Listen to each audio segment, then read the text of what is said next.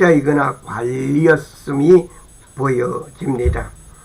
구약 성경에서는 나라의 매우 높은 관리를 서기관이라고 하였습니다. 사무엘하 8장 17절을 참고하시면 되시겠습니다. 종교적인 율법이 유대인들의 생활에 점점 더 중요하게 된 포로 이후 시대에는 전문 교육을 받고 임직한 유대교 학자들이 처음으로 등장하였던 것입니다. 이들의 임무는 율법을 연구하고 해석하는 것이었습니다. 모세 오경이 시민 생활을 위한 율법 모음집으로 통하기로 하였습니다.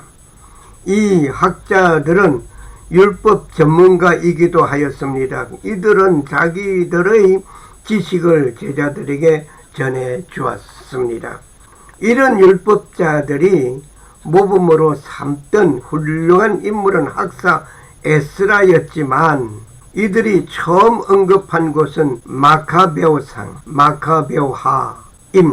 신약시대의 율법학자들은 개역 한글판 성경에서는 보통 서기관이라고 부르는데 어쩌다가 나오는 율법사란 칭호도 뜻은 비슷하지만 헬라 말은 다른 것으로 나타나 있습니다. 이들은 종교적으로 대부분 바리새인들이요, 지도적인 서기관들은 바리새파의 우두머리들이었습니다. 이 서기관들은 촘촘히 짠 율법 규정의 망을 만들어 하나님의 계명, 안식일에 일을 쉬라는 계명 같은 것 말입니다.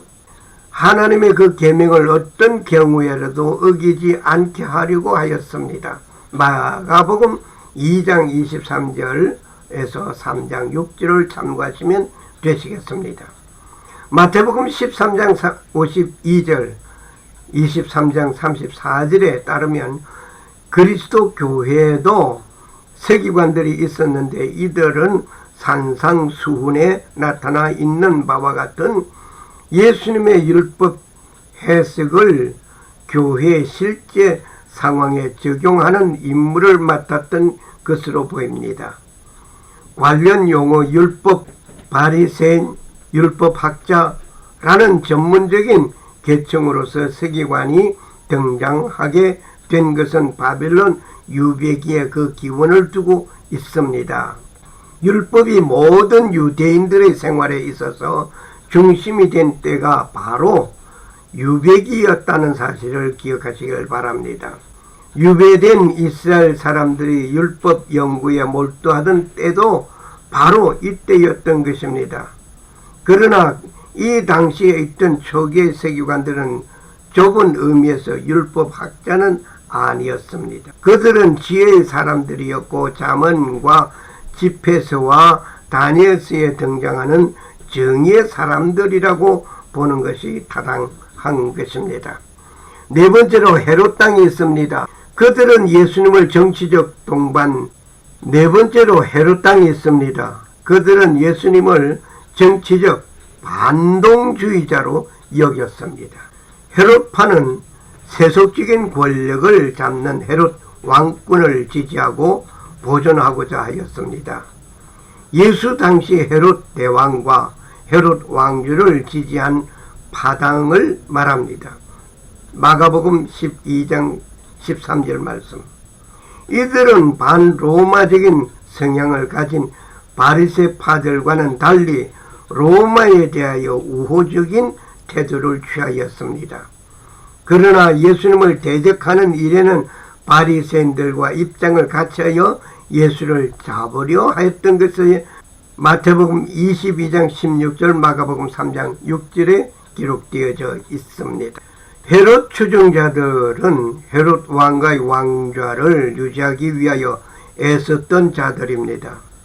예수님의 사역 동안 헤롯 가족 중 2명이 이스라엘 내에 또는 가까이 있는 공직을 차지하였던 것을 봅니다.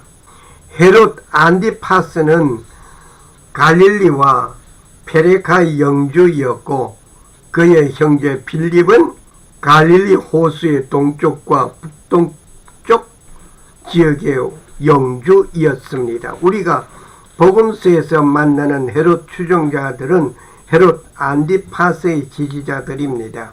헤롯의 지위에 대한 위협이 가해지면 처리하는 것이 그들의 일이었습니다. 그러한 위협이 예수가 보내신 12제자들의 갈릴리 선교시에 일어난 것으로 보입니다.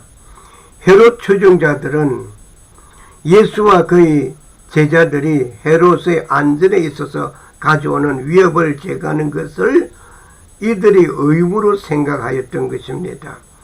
마가복음, 누가복음, 마태복음 등에서 바리새파와 헤롯 사람들이 가이사에게 세금 바치는 문제를 가지고 예수님을 시험하는 일이 있었습니다. 이들은 예수님의 대답을 책잡아 예수를 열심당에게 넘겨주려고 하였던 것이었습니다. 그러나 예수님은 가이사의 것은 가이사에게, 하나님의 것은 하나님께 바치라. 마가복음 12장 17절에 명답을 제시하였습니다. 예수님은 바리새인들과 헤롯의 누룩을 조심하라고 그의 제자들에게 당부하였습니다. 제자들은 이 말의 의미를 파악하지는 못하였습니다. 예수님은 하나님 나라의 적대적인 세력들에 관하여 언급하신 것입니다. 예수님은 헤롯이 자기를 죽이고자 한다고 갈릴리에서 떠나도록 경고를 받았습니다. 이때 예수님은 헤롯을 여우라고 칭하였습니다. 너희는 가서 저 여우에게 이르되 오늘과 내일은 내가 귀신을 쫓아내며 병을 고치다가 제3일에는 완전하여지리라. 그러나 오늘과 내일과 모레는 내가 갈 길을 가야 하려니 선지자가 예루살렘 밖에서는 죽는 법이 없느니라.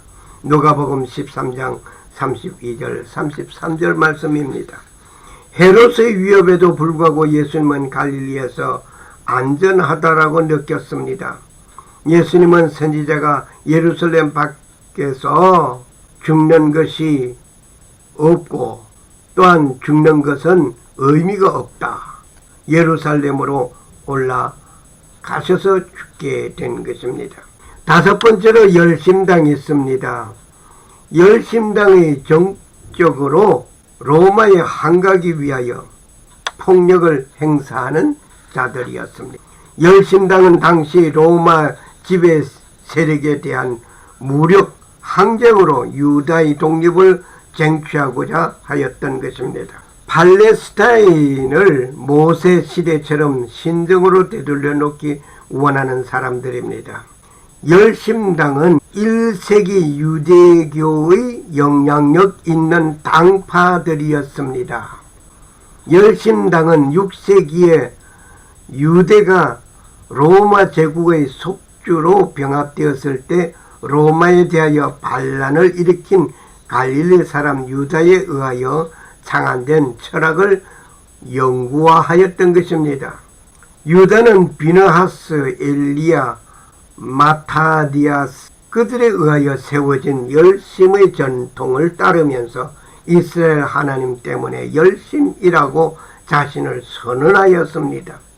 유다는 약속의 땅에 있는 하나님의 백성이 이방 지배자에게 세금을 내는 것은 옳지 않다고 주장하면서 이전의 열심당보다 더 과격하였던 것이었습니다.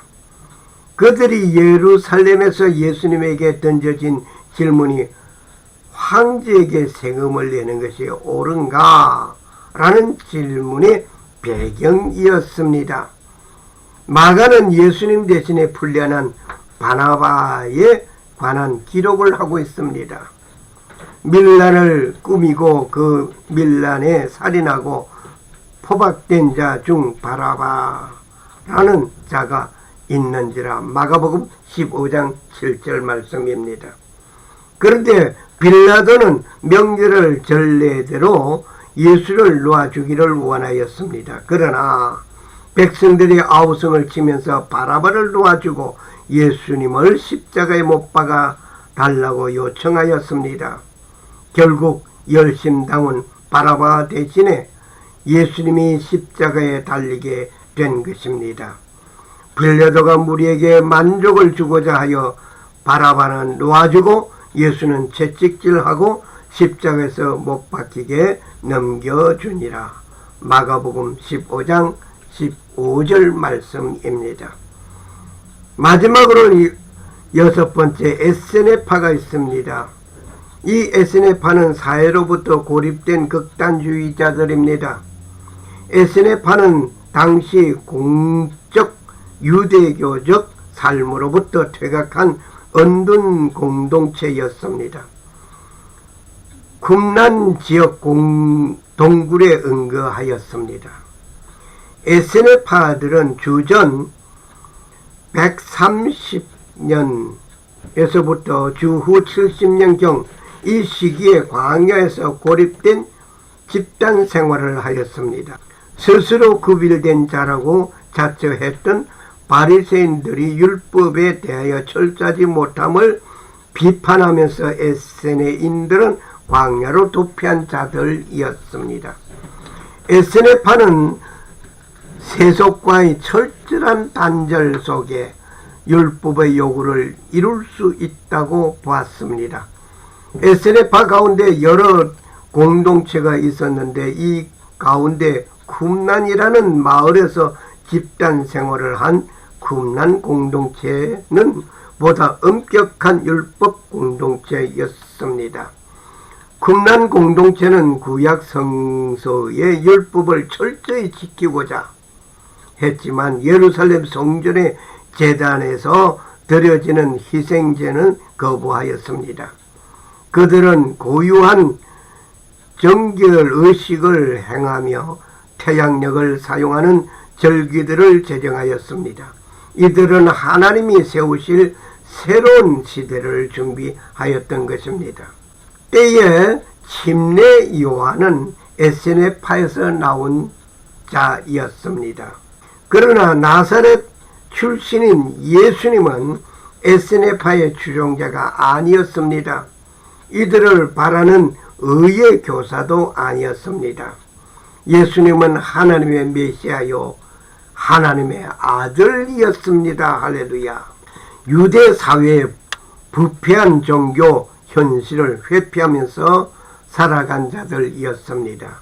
1947년 쿰란 지역 동굴에서 사회사본이 발견된 이후 세상의 주목을 받기 시작하였습니다.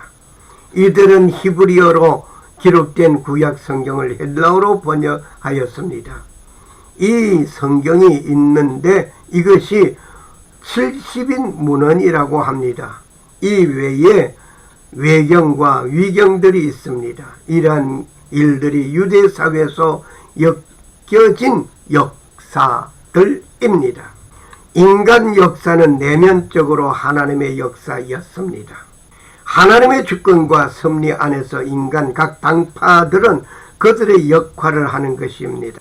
하나님은 이들이 자기들의 역할을 하도록 하시면서 하나님의 구속 섭리를 위하여 일하도록 사용하신 것입니다.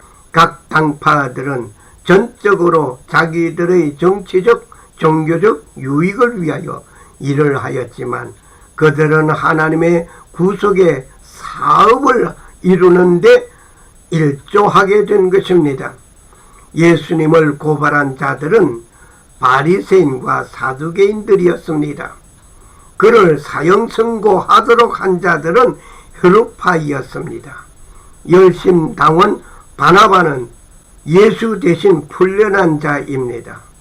에세네파는 다가오는 하나님 나라를 대망하는 경건한 자들이었습니다. 하나님은 결코 강요하지 않으셨습니다. 단지 당파들의 이해관계, 그 이해관계가 톱니바퀴처럼 서로 맞추어 돌아가는 일이었습니다. 그리고 하나님은 그의 뜻이 이루어지도록 하였습니다.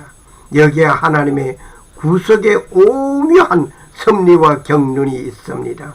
이 모든 것을 이루어 주시기 위하여 준비 작업을 하셨습니다. 감사합니다.